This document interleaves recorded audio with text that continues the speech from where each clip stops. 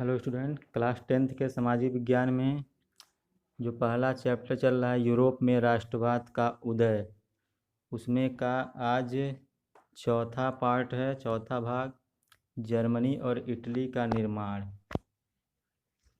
मतलब ये कि 17वीं शताब्दी 18वीं शताब्दी से पहले, 17वीं अथवा 18वीं शताब्दी से पहले जो जर्मनी था या इटली था वो छोटे छोटे राज्यों में बटे हुए थे। जर्मनी हो गया, इटली हो गया, अन्य जितने भी देश थे यूरोप के, वे छोटे छोटे देशों में, छोटे छोटे भागों में, छोटे छोटे राज्यों में बटे हुए थे।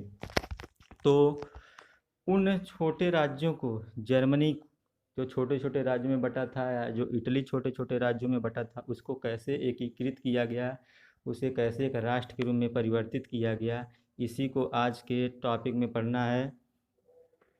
तो मैं आपको कुछ पॉइंट के हिसाब से, पॉइंट के माध्यम से समझाने की कोशिश करूँगा। इसमें जो पहला पॉइंट है जर्मनी के बारे में कि क्या सेना राष्ट्र की निर्माता हो सकती है, तो जर्मनी का एकीकरण कैसे हुआ, इसके बारे में आज हम पढ़ेंगे। देखिए, जो 1848 जो था, सन 1848, उसी समय से क्या हुआ, उसी समय से यूरोप में राष्ट्रवाद का जनतंत्र जो था, क्रांति से अलगाव होने लगा। यानी कि राष्ट्रवाद वहीं से क्या हुई, धीरे धीरे राष्ट्रवाद की शुरुआत होने लगी। जो राज्य की सत्ता को बढ़ाने और पूरे यूरोप पे राजनीतिक प्रभुत्व स्थापित करने के लिए रूढ़िवादियों ने क्या किया, उन्होंने राष्ट्रवादी भावनाओं का इस्तेमाल किया। यानी कि राजनीतिक सत्ता स्थापित करने के लिए, एकीकृत करने के लिए उन्होंने राष्ट्रवादी भावनाओं को बढ़ाना, यानी राष्ट्रवादी विचारधाराएं उन्होंने क्या की, शुरू कर दी थी।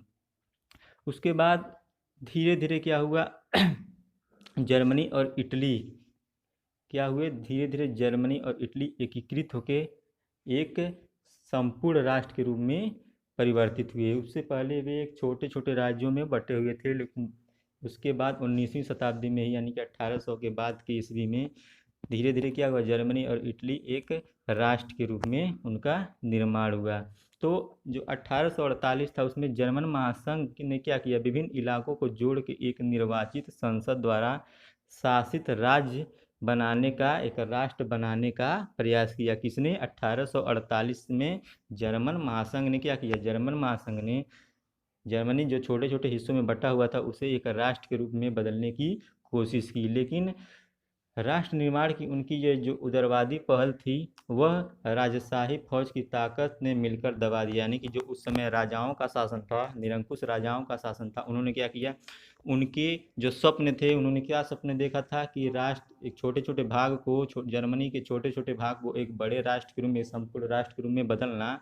उसको जो निरंकुश राजा थे उन्होंने क्या किया, उस आंदोलन को या उस क्रांति को दबा दिया। इसके बाद प्रसा के बड़े भूस्वामियों ने भी समर्थन किया। उस बात का समर्थन, जो राजतंत्र शासन व्यवस्था थी उसका समर्थन भूस्वामियों ने, बड़े बड़े जो भूस्वामी हुआ करते थे उन्होंने भी उसका समर्थन किया। लेकिन उसके बाद प्रसा ने राष्ट्रीय एकीकरण के आंदोलन का नेतृत्व संभाल लिया। भूस्वामियों ने तो समर्थन किया, लेकिन प्रसा ने क्या किया, जो राष्ट्रीय एकीकरण का आंदोलन था उसका नेतृत्व अब प्रसा ने अपने हाथों में ले लिया। जो उनके मंत्री थे ऑटो वन बिस्मार्क को ही जर्मन जर्मन जो एकीकृत जर्मन एक राष्ट्र के रूप में परिवर्तित हुआ, उसका पूरा श्रेय किसे जाता है, बिस्मार्क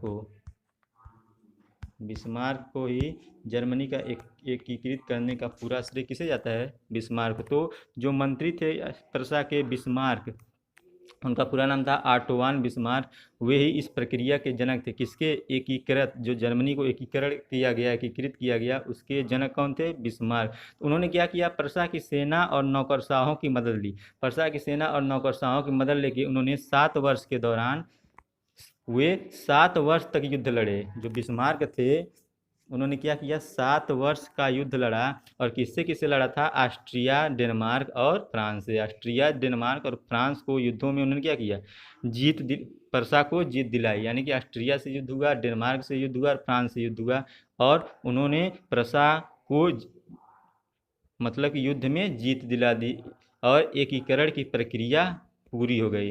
यानी कि जर्मन धीरे धीरे क्या हुआ, ऑस्ट्रिया, डेनमार्क, फ्रांस को हराने के बाद जो जर्मनी का एकीकरण का सपना था वह पूरा हो गया। और 1871 ईस्वी में 1871 ईस्वी में क्या हुआ? 1871 ईस्वी में वर्साय में एक समारोह हुआ जिसमें प्रसा के राजा जो विलियम प्रथम थे उन्हें क्या किया गया? जर्मनी का सम्राट घोषित किया गया। किन्हें? विलियम प्रथम को। विलियम प्रथम को 1871 ईस्वी में प्रसा का सम्राट घोषित किया गया। उसके बाद फिर 18 जनवरी 1871 ईस्वी में क्या हुआ? जर्मन राज्यों के राजकुमारों, सेना के प्रतिनिधियों और प्रमुख मंत्री जो बिस्मार्क थे उनके साथ प्रसा के महत्वपूर्ण मंत्रियों की बैठक हुई और उस बैठक में वर्साय के महल, बेहद ठंडे शीत महल, मतलब जो एक महल था शीश, जिसे शीश महल कहा जाता था, उसमें वह सभा हुई और सभा में जो प्रसा के काइजर विलियम प्रथम थे उनके नेतृत्व में जर्मन साम्राज्य की घोषणा हुई। यानी कि जर्मनी साम्राज्य, जर्मन का विस्तार हुआ और उसकी साम्राज्य की घोषणा की गई। चित्र के माध्यम से देखिए, ये जो चित्र है इसमें ये जो पार्ट है, ये जो पार्ट है वो क्या है? ये पार्ट जो है वो प्रसा 1866 से पहले जो प्रसा था, यानी कि एकीकरण के आसपास के एकीकरण से पहले का जो समय था वो इस प्रसा का वो भाग है। और ये जो दूसरा है, दूसरा भाग, ये जो दूसरा भाग है ये है आटो प्रसा युद्ध, यानी कि 1866 से पहले जो प्रसा द्वारा जीता गया, यानी कि प्रसा ने जो जीत लिया था वो ये भाग है। उसके बाद जो जर्मनी का ऑस्ट्रिया भूभाग था, जर्मनी ने जो बेदखल कर दिया था ऑस्ट्रिया का भूभाग 1867 ईस्वी में, वो ये हिस्सा है। और फिर जर्मन साम्राज्य ने स्थापित, जो जर्मन साम्राज्य की स्थापना की गई दक्षिण जर्मनी, वो ये हिस्सा है जिसे दक्षिण जर्मनी के नाम से जाना गया। और जो फ्रांस प्रसा युद्ध में प्रसा द्वारा विजित क्षेत्र, यानी जब फ्रांस और प्रसा का युद्ध हुआ तो प्रसा ने जो युद्ध जीता था वो ये वाला हिस्सा है। तो इस तरह से ये पूरा जो मिल के क्या हो गया? जर्मनी साम्राज्य की स्थापना हो गई। यानी कि पहले जो छोटे छोटे हिस्सों में जर्मनी बटा हुआ था, ये छोटे छोटे हिस्सों में बाद में क्या हुआ? पूरा क्षेत्र क्या हुआ? जर्मनी के रूप में, यानी कि जर्मनी का साम्राज्य बदल गया, यानी कि जर्मनी के एक विस्तृत जर्मनी जर्मन राष्ट्र के रूप में यह परिवर्तित हो गया। तो इसके बाद अब आते हैं अगले पॉइंट पे, इटली। तो जर्मनी का एकीकरण इस तरह से हुआ कि जर्मनी ने क्या किया? आंदोलन किए, 1848 में आंदोलन किए। राजाओं ने, निरंकुश राजाओं ने उस आंदोलन को दबा दिया, लेकिन जो प्रसा के जो मंत्री थे जिनका क्या नाम था? बिस्मार्क ने क्या किया? प्रसा की सेना और नौकरशाहों की मदद ली। नौकरशाहों और प्रसा की सेना की मदद से उन्होंने 7 वर्ष तक युद्ध लड़ा। उस युद्धों में ऑस्ट्रिया को पराजित किया, डेनमार्क को पराजित किया और फ्रांस को पराजित किया। और इन तीनों राष्ट्रों को पराजित करने के बाद उन्होंने क्या किया? जर्मनी का एकीकरण किया, जर्मनी को एक राष्ट्र के रूप में परिवर्तित किया। और 1871 ईस्वी में क्या हुआ? जर्मनी में एक राजा घोषित किए गए, जर्मनी में सम्राट घोषित किए जिनका क्या नाम था? राजा विलियम प्रथम। तो ये था जर्मनी। अब दूसरा पॉइंट क्या है? इटली। तो जैसे जर्मनी था ठीक उसी प्रकार से इटली भी था, यानी कि जर्मनी भी छोटे छोटे राज्यों में बटा हुआ था और इटली भी छोटे छोटे राज्यों में उस टाइम पे बटा हुआ था। तो इटली अनेक जो वंशानुगत राज्य थे वे बहुराष्ट्रीय हैम्सबर्ग साम्राज्य में बिखरा हुआ था। यानी कि इटली में छोटे छोटे राज्य, इटली छोटे छोटे राज्यों में जैसे जर्मनी था ठीक उसी प्रकार से इटली छोटे छोटे राज्यों में बटा हुआ था।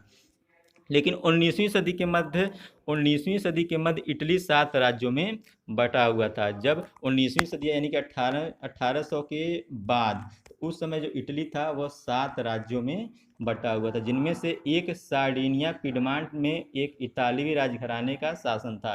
तो एक स्थान था सार्डिनिया पिडमांट जहाँ पे इटली के राजघराने का शासन था। और इटली जो था वो 19वीं सदी में कितने राज्यों में बटा हुआ था? मुख्य रूप से 7 राज्यों में बटा हुआ था। अब जो उत्तरी भाग था, इटली का जो उत्तरी भाग था, वहाँ पे ऑस्ट्रियाई हैम्सबर्गों के अधीन था। इटली का उत्तरी भाग ऑस्ट्रियाई हैम्सबर्गों के अधीन था और मध्य जो क्षेत्र था इटली का, वहाँ पे पोप का शासन था। पोप कौन होते थे? चर्च के जो, जैसे मंदिर के पुजारी होते हैं, उसी तरह से जो चर्च के पुजारी होते हैं उन्हें पोप कहा जाता है। तो उसके मध्य भाग पे किसका अधिकार था? पोप का अधिकार था। और दक्षिणी हिस्से पे स्पेन के बुर्बो राजाओं का शासन था। जो दक्षिणी हिस्सा था उस पे किसका शासन था? स्पेन के जो शासक होते थे बुर्बो, उनका शासन था।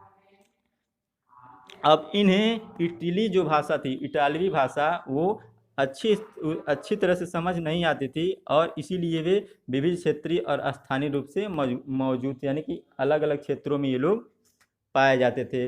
अब उसी समय 19वीं सदी में 1830 के दशक में क्या होगा? मेसरी ने एकीकृत इटालवी गणराज्य के एक सुविचारित कार्यक्रम प्रस्तुत किया, यानी कि जो जोसेफ मेसनी था उसने इटली को एक स्वतंत्र राष्ट्र के रूप में बदलने की कोशिश की। जैसे जर्मनी का एकीकरण किया गया था, उसी तरह से जोसेफ मेसनी ने 1830 के दशक में इटली को भी एकीकृत करने का प्रयास किया। अब उसने इसके लिए क्या किया? एक गुप्त संगठन बनाया। किसने बनाया? जोसेफ मेसनी ने इटली को एकीकृत करने के लिए एक गुप्त संगठन बनाया, जिसका क्या नाम था? जिसका नाम था यंग इटली। उस गुप्त संगठन का क्या नाम था? Young Italy. तो ये किसके द्वारा बनाया गया? जोसेफ मेसनी के द्वारा बनाया गया। उसके बाद 1831 से 48 के बीच क्रांतिकारी विद्रोह हुए, जो सफल नहीं हो सके।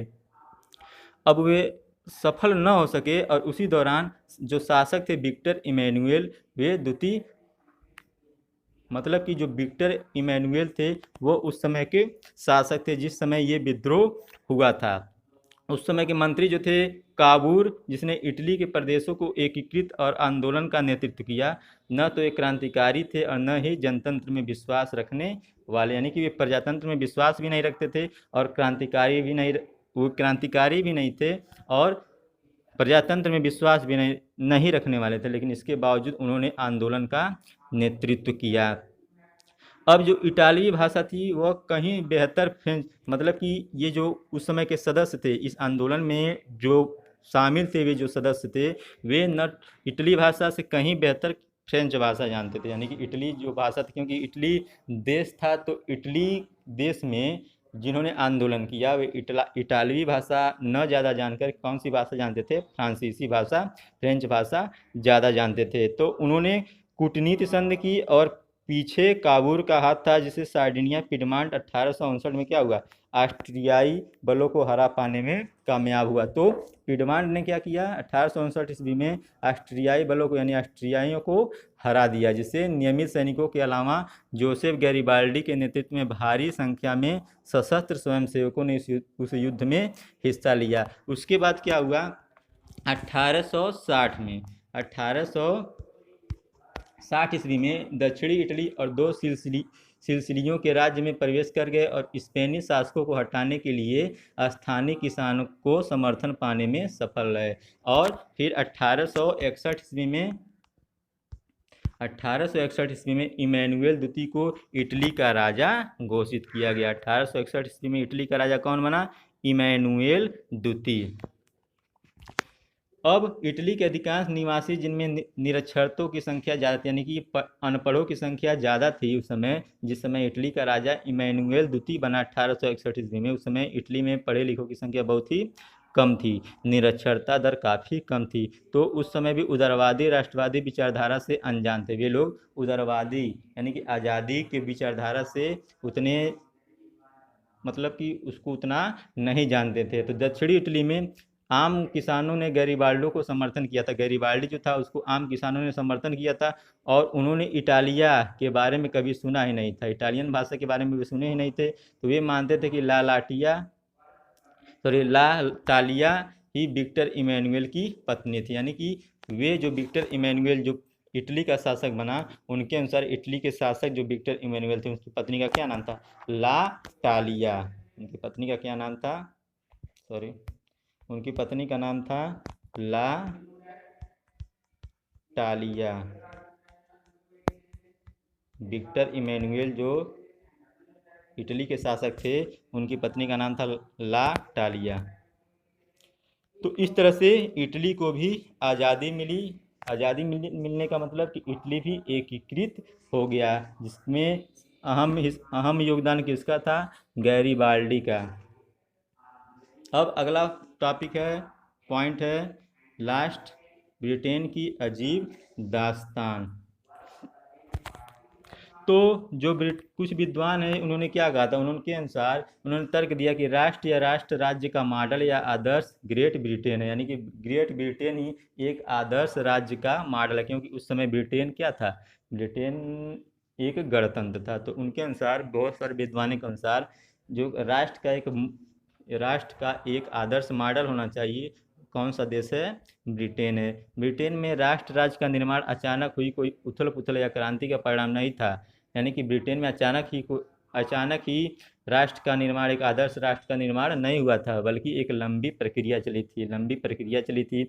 उस समय वहाँ पे भी निरंकुश शासन था। उस निरंकुश शासन को समाप्त करने के लिए, जड़ से समाप्त करने के लिए बहुत सारे लोगों ने क्या किया था? विद्रोह किया था साथ मिलकर। उसके बाद से इटली क्या हुआ था? इटली एक गणतंत्र के रूप में शामिल हुआ था, गणतंत्र राष्ट्र बना था। 18वीं सदी के पहले जो ब्रिटेन था वो राष्ट्र नहीं था। 18वीं सदी से पहले जो ब्रिटेन था वो राष्ट्र नहीं था, यानी कि वह क्या था? ब्रिटेन के द्वीप समूहों में जो रहने वाले लोग थे, अंग्रेज, वेल्स, स्कॉट और स्कॉटिश लोग थे। यानी कि जो ब्रिटेन था वो कह सकते हैं कि कई द्वीपों से मिलकर बना था, जिसमें इंग्लैंड एक था, इंग्लैंड और वेल्स था, फिर आयरिश, जिसे आयरलैंड कहा जाता है, आयरलैंड था, आयरलैंड, और एक और था स्कॉटलैंड। एक और देश था जिसका क्या नाम था? स्कॉटलैंड। यानी कि 18वीं सदी से पहले ब्रिटेन एक राष्ट्र नहीं था, बल्कि छोटे छोटे हिस्सों में वो भी बटा हुआ था, जिसमें कौन कौन से राज्यों से मिलकर बना था? द्वीप समूहों से, अंग्रेज इंग्लैंड से, वेल्स से, स्कॉटलैंड और आयरलैंड से, इस तरह से भी बना हुआ था। तो इन सभी जाति समूहों को अपनी सांस्कृतिक और राजनीतिक परंपरा थी, यानी कि ये चारों द्वीप समूह थे, बड़े बड़े द्वीप समूह, चारों द्वीप समूह, उनकी अलग अलग संस्कृति और राजनीतिक परंपरा थी। जैसे भारत में हर राज्य की अलग अलग पहनावे, अलग अलग संस्कृति, अलग अलग त्यौहार, मुख्य त्यौहार अलग अलग हर चीज़ें होती हैं। उसी तरह से इन द्वीप समूहों के भी अलग अलग राजनीतिक और सांस्कृतिक परंपराएं थी। लेकिन जैसे जैसे अंग्रेज राष्ट्र धन दौलत, अहमियत और सत्ता में वृद्धि हुई, द्वीप समूह के अन्य राष्ट्रों पर अपना प्रभुत्व बढ़ाने में सफल हुए। यानी कि ये लंबा टकराव हुआ, और लंबे टकराव के बाद अंग्रेज संसद ने क्या किया? अंग्रेज संसद ने 1688 ईस्वी में, अंग्रेज संसद ने 1688 ईस्वी में राजतंत्र ताकत छीन ली।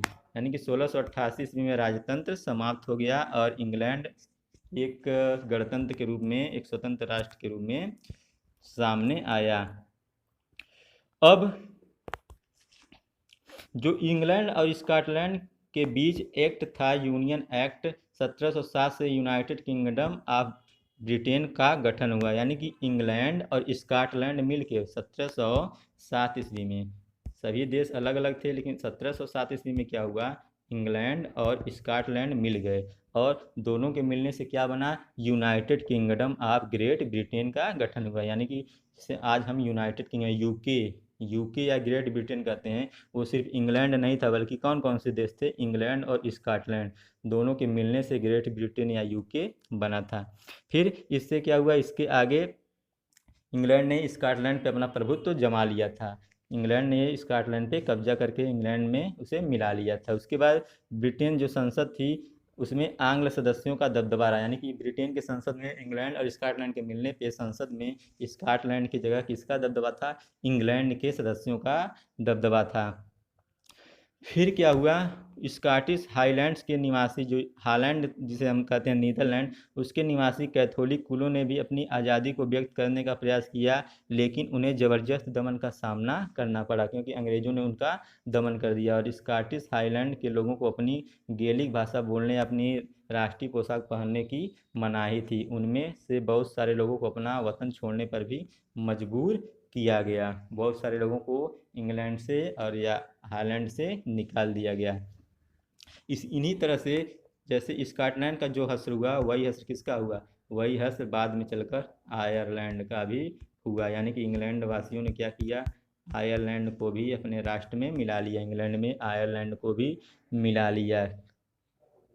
और कब मिलाया, सन 1801 ईस्वी में। 1801 ईस्वी में आयरलैंड को इंग्लैंड में ज़बरदस्ती मिला लिया गया और ब्रिटेन के राष्ट्र में उसे भी शामिल कर लिया गया, जिसे यूनाइटेड किंगडम, यानी कि यूनाइटेड किंगडम जो था यूके, उसमें आयरलैंड को भी शामिल कर लिया गया और एक नए ब्रिटेन राष्ट्र का निर्माण हुआ। इसे ही क्या कहा गया, ब्रिटेन राष्ट्र कहा गया, जिन्होंने बाद में भारत में आकर अपने संस्कृत का प्रचार किया और भारत में काफ़ी वर्षों तक शामिल रहे। तो जो ग्रेट ब्रिटेन था, यूके था, वह सिर्फ इंग्लैंड नहीं था, बल्कि उसमें कौन कौन से राष्ट्र शामिल थे, स्कॉटलैंड, नीदरलैंड, आयरलैंड और वेल्स, ये और इंग्लैंड, ये सभी मिलकर ग्रेट ब्रिटेन या यूके बने थे, जिन्होंने भारत पे लगभग 200 वर्षों तक शासन किया था। तो ये था ब्रिटेन और ये था आज का टॉपिक। आई होप आपको ये टॉपिक समझ में आया होगा। होमवर्क दिए जाते हैं तो होमवर्क को तुरंत उसका आंसर उसी दिन या मॉर्निंग तक उसको आंसर उसका भेजा करें, और जितना भी होमवर्क दिया जाता है उसको पढ़ते भी रहेंगे। आज के लिए इतना ही। Thank you.